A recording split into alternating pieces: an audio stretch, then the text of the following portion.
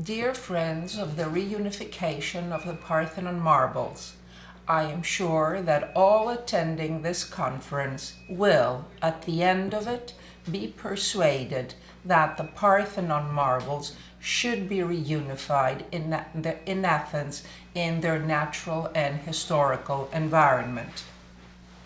I would first like to congratulate the organizers for their hard work and important initiative to organize this very high standard colloquy, where many issues regarding the reunification of the Parthenon marbles will be discussed. It proves that this case is truly universal. I would have very much liked to be with you, but unfortunately this is not possible. I am sure that this event will be a great success and that the outcome will be very valuable to the cause of the return of the Parthenon marbles. I know that part of the conference is dedicated to the truth in regard to the Parthenon marbles and what is behind the issue. For sure, this subject is a landmark in every book, article, or other publication referring to the return of cultural property to its country of origin. A lot has been written about the removal of the Parthenon marbles from the Acropolis, its dubious legality, and how it actually happened. We hardly ever sit back, however, to think about the sources which have given us the knowledge of the dramatic events which took place 200 years ago on the Acropolis. The first author who presented a biography of Lord Elgin and a lengthy history of the removal of the Parthenon marbles was A.H. Smith in 1916. He has been criticized by William St. Clair and Christopher Hitchens that being a relative of the Elgin family and also a curator of Greek and Roman antiquities in the British Museum, he omitted many parts of letters which he published in favor of Elgin's side. Actually, it has been written that Smith submitted his manuscript to the Elgin family in order for the text to be censored before being published. Since then, some authors tried to add new bits and pieces of information in their works, such as Sidney Chetland, Jacob Rothenberg, and Theodor Vretos, and others without, however, great recognition. In 1967, William St. Clair published a lot of new material in his books, having acquired the Hunt papers and having carried out extensive research. And last, in 1987, Christopher Hitchens contributed with his books, adding material which the British Committee had gathered through the years. Almost all other authors, whatever view they may have taken on the issue, have nonetheless relied on these basic publications. As is often the case, for this reason, the same historical errors are encountered time and again. Yet, the charm of research is that there is always room for new discoveries, which one never expects from the very beginning. There is still obscurity about the circumstances under which the sculptures were removed from Athens by Lord Elgin. Yet, the legal acquisition is among the standard British arguments for retaining the marbles in the British Museum, as if there were a totally secure title of acquisition. I would like to present and share with you a very important new find in regard to whether Elgin ever received official authorization to remove antiquities from the authorities in Constantinople. For this reason, we will look into the issue of the documents Elgin managed to acquire all through the time of his embassy, 1799 till 1803, and whether these documents, the so-called Firmans, were truly official, and whether they allowed Elgin to remove sculptures from the Parthenon. We well know that Lord Elgin was sent to the Ottoman Porte as British ambassador in 1799.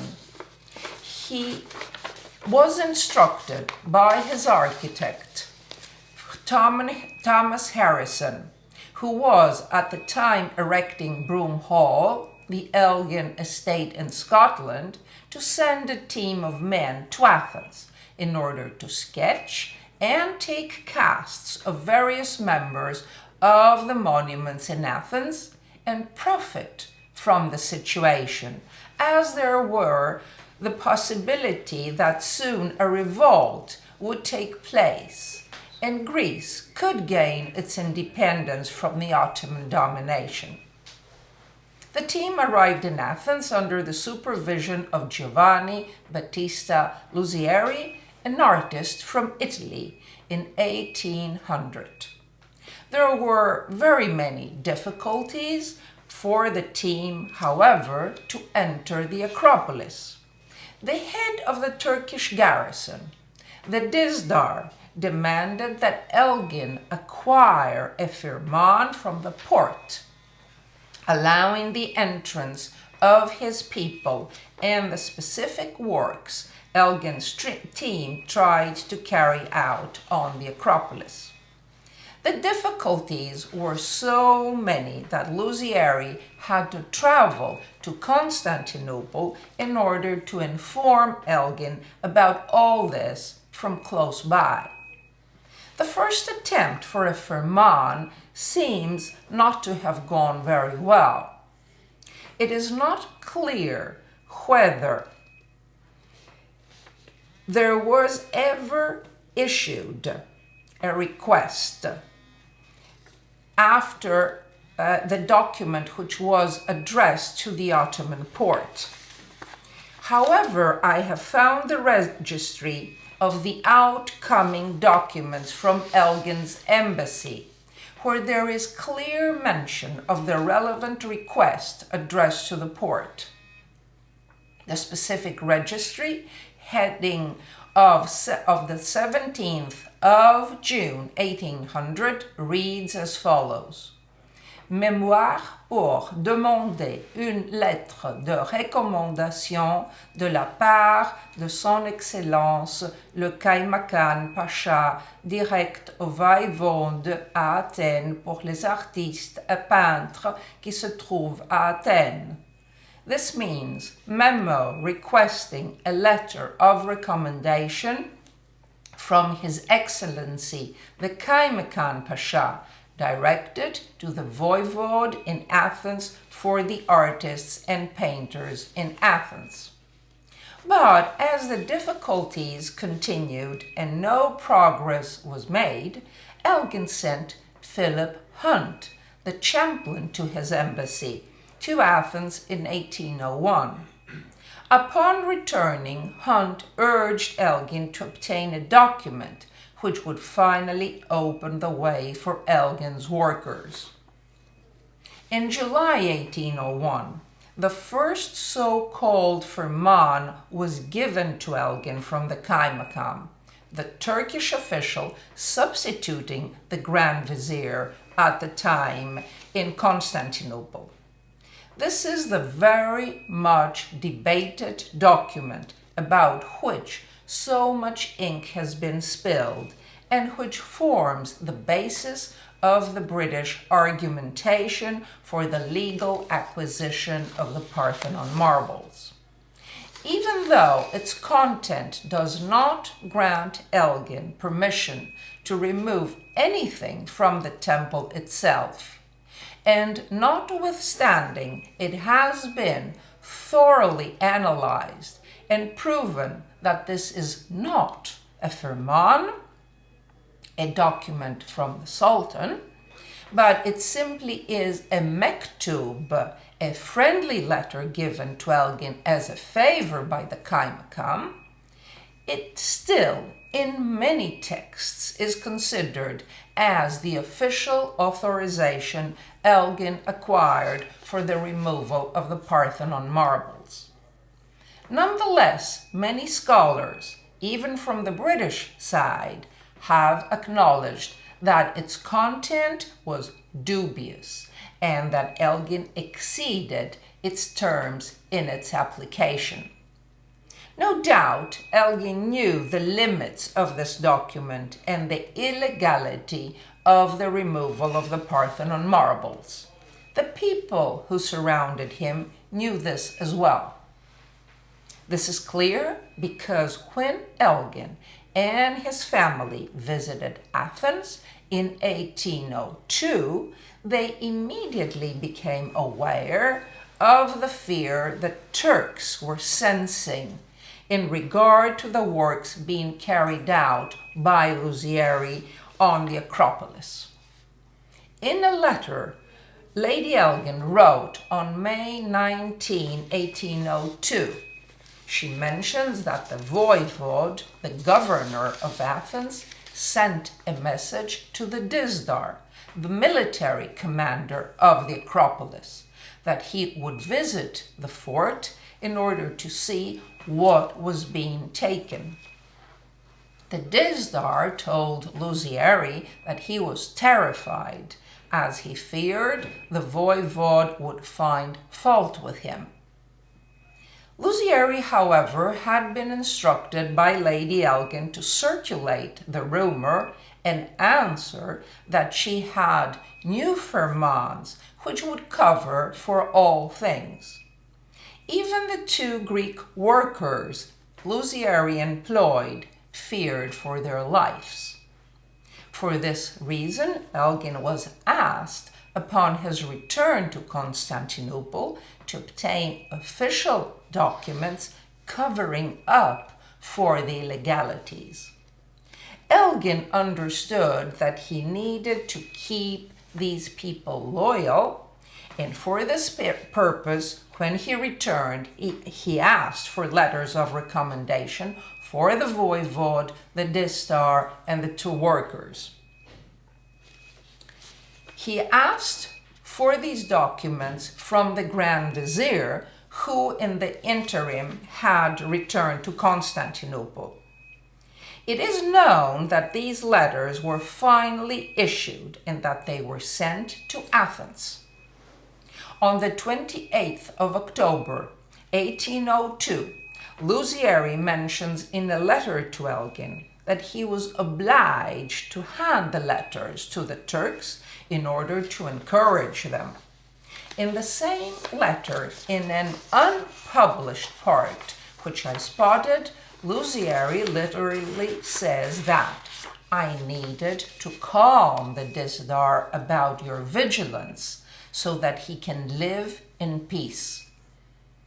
The content of the letters all through the years remained unknown, yet a lot of speculation, even certainty, has been expressed in various publications in regard to their role. William St. Clair clearly writes that through these letters, Elgin legitimized any unlawful activity which had been carried out in regard to the terms of the first firman. The British Museum also builds its argumentation about Elgin's legal claim to the marbles by referring to the consequent documents to the first firman, which definitely approved all previous deeds. In general, these letters are supposed to have sanctified every action taken by Elgin. Well, a breakthrough occurred, and the content of one of these letters now exists. I spotted this document during my research in the framework of my PhD thesis. I came across the Italian translation of one of the letters Elgin acquired upon his return to Constantinople, and which was sent to the voivode in Athens. It is the translation of the letter of the Grand Vizier Ghazi Yusuf Ziya Pasha to the voivode. The text is in Italian, which was the lingua franca at the time. This was also the case of the translation of the first Firman. It seems that Elgin held a copy or the exact document of the translation for his own archive. As in the case of the first Firman's translation, there is a title at the top of the letter stating what it is. It runs as follows: Traduzione d'una lettera del Supremo Vezir Yusuf Ziya Pasha diretta al voivoda d'Atene. The letter starts by saying that Elgin gave the Grand Vizier a memo after having traveled to Athens for purposes of changing air, meaning for a change of environment. In the note, the ambassador expresses his contentedness for the warm hospitality and honors which he highly received, not only because he was furnished at every place he went with the proper documents, but also because he was given proof of friendship. The ambassador asks for this welcome and proof of friendship also to be conveyed to the artist Luzieri and his students. They were left behind after his departure in order to do some drawings. The letter is written in Ottoman fashion of repeating itself, so the text which follows is more or less a repetition 2 more times. The word drawings specifies the exact task Luzieri and his students would undertake for Elgin. It is clear that no other labor was stated or requested for Luzieri. There is no mention of any removal of antiquities. Yet, here was Elgin's chance to do so, even retroactively. It is evident that Elgin never mentioned anything about dismantling the Parthenon and taking its sculptures to any of the authorities in Constantinople. In consequence, there was never any authorization granted for this purpose to the British ambassador. Every time new evidence comes to light, the information is damning for the legal acquisition of the Parthenon marbles by Lord Elgin. This new evidence sheds more light into the obscure history of the removal of the Acropolis monuments. It not only offers historical information, but it also proves the morality of the request for the restitution of the Parthenon marbles and the necessity for redeeming a terrible injustice of the past. Thank you very much. Wishing you the very best for your conference. Elena Korka.